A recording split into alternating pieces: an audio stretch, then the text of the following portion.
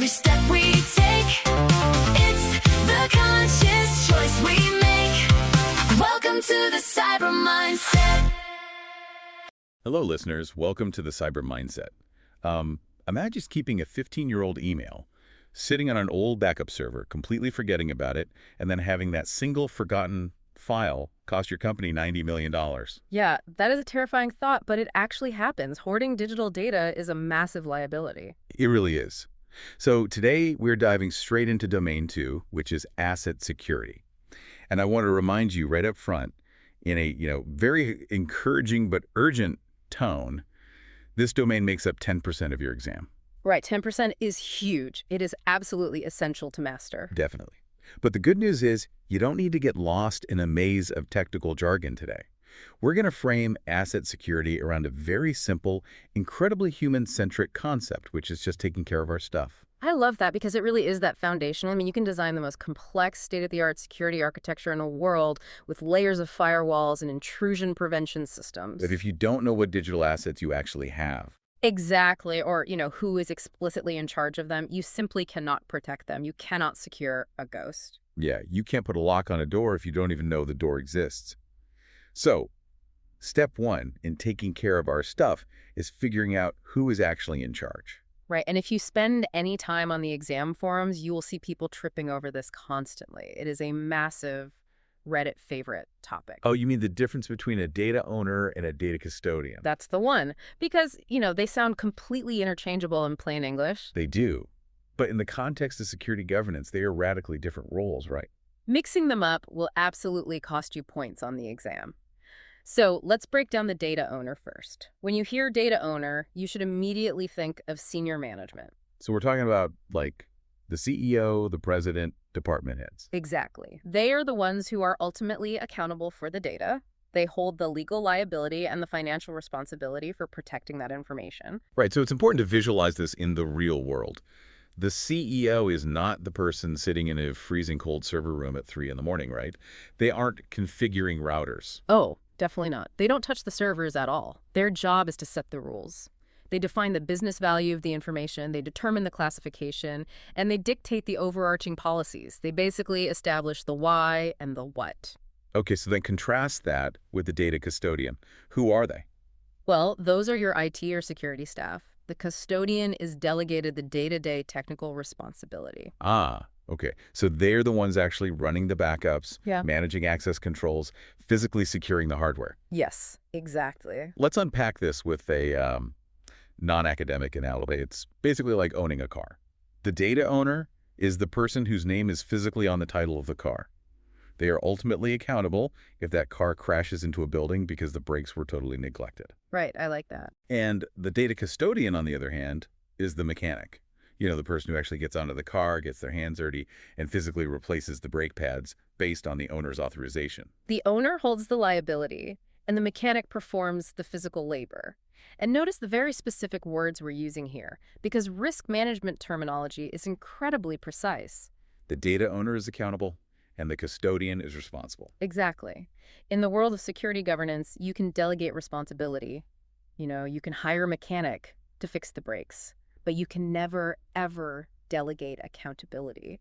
Meaning, if the brakes fail and the car crashes, the mechanic might get fired for shoddy work, but the owner of the vehicle is the one getting sued by the people inside the building. Right. If a massive data breach occurs, regulators and lawyers do not drag the junior IT administrator in front of a congressional hearing. They drag the CEO, the data owner, up to the microphone. Wow. Yeah, that is a heavy responsibility. It is. The legal system expects senior management to exercise due care. If they just say, well, IT didn't tell me our database was exposed, that's not a legal defense. They failed in their duty. But wait, if the CEO never touches the server and the IT admin is just the mechanic executing tasks, how do they actually communicate? What do you mean? Like, how does the data owner down in the corner office tell the custodian in the server room which data needs a massive encrypted vault and which data can just sit in a normal folder? Oh, gotcha. That communication bridge is built entirely through data classification. Okay, and for data classification, we are going to use a strict one-sentence rule today. No academic lists of government versus civilian labels. I think everyone listening will appreciate that. Classification is simply tagging data so we know how much security muscle it needs, ranging from public info to highly sensitive trade secrets. That's perfect because the labels themselves, whether an organization uses class 3 or secret or private, they honestly don't matter as much as the purpose behind them. Right. The classification tag is just a direct instruction from the owner to the custodian about how tightly to lock the data down. Exactly. It's a communication tool. The owner slaps a digital high-risk sticker on a file, and the custodian sees that sticker and instantly knows, okay, I need to apply strong encryption to this folder. Because if you try to treat all your data like it is top secret, Your business will grind to an absolute halt. The security will be way too restrictive, productivity plummets, and infrastructure costs will bankrupt you. but if you treat all data like it's public, you'll face a devastating breach within a week. Right. Classification ensures you apply the exact right amount of protection. Now, when we talk about applying that protection, a couple of technical tools almost always come up. And sticking to the one-sentence rule, let's define them quickly. First up is DLP, or data loss prevention. Okay, let's hear it. Data loss prevention is software that scans files looking for keywords to block sensitive data from sneaking out of your network. That's a great summary. But how does that actually work under the hood? I mean, does it just read every single email an employee sends? Essentially, yes. It performs deep content inspection. So a DLP system sits at the edge of your network, and it uses pattern matching. It knows what a formatted credit card number or a social security number looks like. Oh, wow. So if an employee tries to attach a spreadsheet full of those numbers to their personal webmail, The DLP engine intercepts the packet, recognizes the restricted data based on that classification policy we talked about, and it drops the connection before the file ever leaves the building. It physically breaks the transmission. that is wild. Okay, here is the second tool, again using the one-sentence rule. Yes. CASB, or Cloud Access Security Broker. A CAB is a security checkpoint sitting between your users and the cloud to enforce your internal security policies on external servers. Right. But how is that different from a normal firewall? Doesn't a firewall do that? Not exactly. A standard firewall just looks at IP addresses. It basically just says, yes, you can connect to Amazon Web Services, or no, you can't. But a CASB actually integrates with the cloud provider's API. It's an inline proxy. So if you have an internal policy that all confidential data must be encrypted, the CASB intercepts your user's connection to, say, Microsoft 365. And it does the encryption there. Yeah, it dynamically encrypts the data or replaces sensitive fields with random tokens before the information ever even lands on the external cloud server. It forces external infrastructure to obey your internal rules. Okay, so we have tagged our data with classification labels. We know exactly how much protection it needs. But how does the custodian practically choose the right security configurations from all the options out there? I mean, IT doesn't just invent security rules from scratch every morning. No, definitely not. They rely on established security baselines like the ones from NIST. But a baseline is just a generic starting point. It's this massive exhaustive catalog. Right. To make it actually work for a specific organization, the custodian has to use a process called scoping and tailoring. Oh, I like this concept. I think of scoping and tailoring like a restaurant menu. Okay, walk me through that. So think of a NIST security baseline as a massive, overwhelming menu of every possible security control you could ever order. Scoping is looking at that menu and picking only the items that actually apply to your environment. Right, like if you don't have a wireless network in your building, you skip the wireless security controls entirely. Exactly. It's exactly like skipping the seafood page of the menu entirely because you don't have a wireless network. Well, because you don't like fish, rather. Yeah, you just scope it out. Scoping eliminates the unnecessary baseline controls. And you aren't lowering your security posture by doing this, you're just being realistic. Why dedicate resources to patching a wireless access point if you don't use Wi-Fi? Right. It reduces complexity, Yeah. but scoping is only the first half. Then we have tailoring. And how does that fit the menu? Tailoring is tweaking that specific dish you ordered to perfectly fit your business mission. It's ordering the salad, but asking for the dressing on the side. I love that. In technology terms, maybe the baseline dictates that a user account should lock out after 5 failed password attempts. But your specific internal policy says it should lock out after 3 attempts. So you tailor the control to match your needs by changing the parameter from 5 to 3. Exactly. Scoping is selection, tailoring is fine-tuning. And sometimes tailoring involves implementing what we call compensating controls. Wait, compensating controls, like what what if a hospital has an MRI machine running on an incredibly old operating system like Windows 95? That's a very real scenario, You're actually. right, because it's a critical, multi-million-dollar piece of equipment, but it absolutely cannot take a modern antivirus update. The baseline dictates that all devices must have antivirus. So the baseline is broken in this scenario. What do they do? That is exactly where compensating control comes in. You cannot implement the primary control, the antivirus software, so you have to find an alternative mechanism that mitigates the risk to an acceptable level. So how do you do that for an old MRI machine? The IT team would use strict network segmentation. They place that MRI machine on an isolated virtual LAN with a dedicated firewall. It can only communicate with the specific internal server it needs to send images to. And it's completely blocked from the internet or the rest of the hospital network. Right. You are tailoring the baseline to accommodate the reality of the business operations. Security exists to support the business mission, not the other way around. That makes total sense. So we have tagged our data with classification labels. We've used scoping and tailoring to apply the exact right menu of security controls. We have our data owners acting accountable and our custodians being technically responsible. Yep, the whole package. But all of these controls are focused on data that is actively being used. What happens when that MRI machine is finally retired or when an employee leaves the company? Ah, right. This is where the narrative takes a very dark turn for a lot of organizations. The greatest vulnerability, the massive blind spot, often happens at the very end of the data's life when we don't need it anymore. I call this the junk drawer problem. The junk drawer. Yeah, we all have that drawer in our kitchen. It's filled with old batteries, dead cell phones, a manual for a blender you threw away 5 years ago.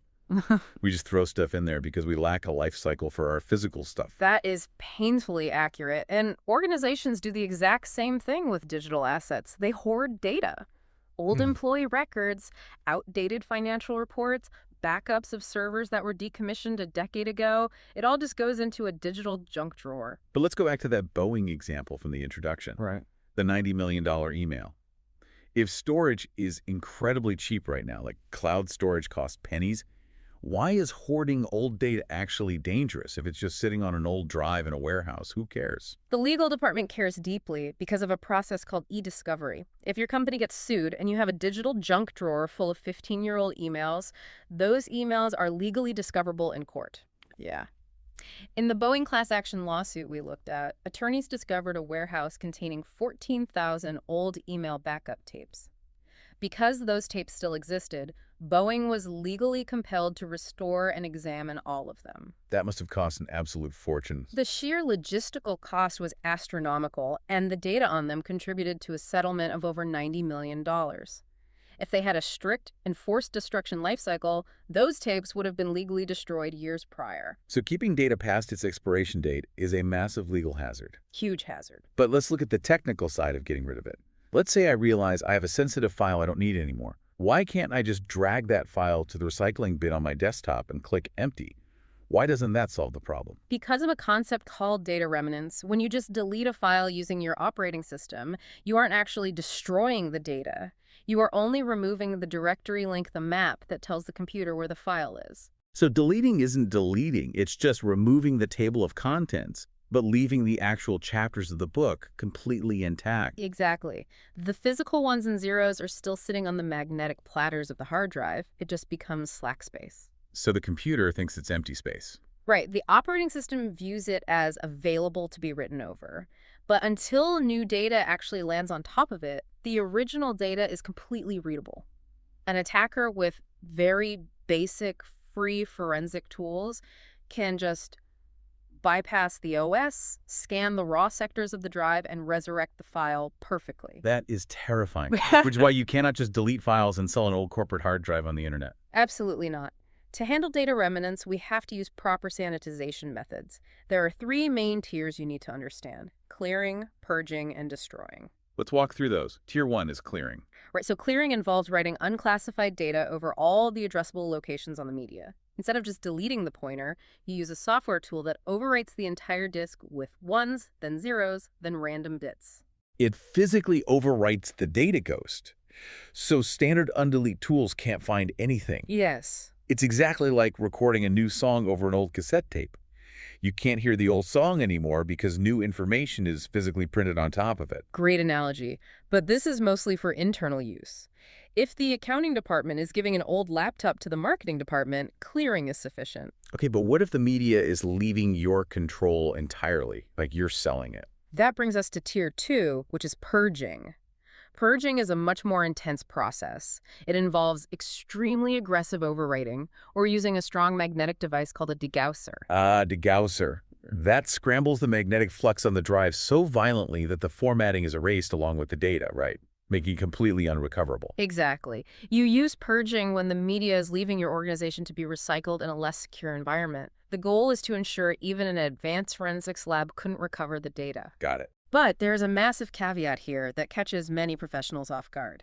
Degaussing only works on magnetic media. It does absolutely nothing to solid-state drives, the SSDs that are in almost every modern laptop today. Wait, really? Magnets don't erase SSDs? Nope, magnets don't erase integrated microchips. Okay, so if I have an SSD, I can't degauss it. Can I just use an intense software overwrite to purge it? You can try, but it is highly unreliable because of how SSDs operate. Solid-state drives use a technology called wear leveling. Wear leveling, what's that? Flash memory cells degrade every time you write data to them. To prevent the drive from wearing out unevenly, the SSD's internal controller constantly and secretly moves data around to different physical chips. Oh, wow. So when you tell a software program to overwrite a specific file, The SSD controller intercepts that command and actually writes the new zeros to a completely different sector to balance the wear. leaving the original highly sensitive data perfectly intact in its original location. Exactly. The drive is actively fighting your attempts to erase it to save its own lifespan. That is insane. So if I have highly classified intellectual property on an SSD and purging isn't reliable, what is the protocol? You must use the third tier, destroying. Which means physical destruction. Yep. Like shredding, melting, or pulverizing the physical drive into confetti using an industrial shredder. It is the absolute only way to guarantee highly classified data on a solid-state drive is gone forever. You physically turn it into dust, you don't wipe it, you don't donate it, you destroy it. But wait, what if my data is in the cloud?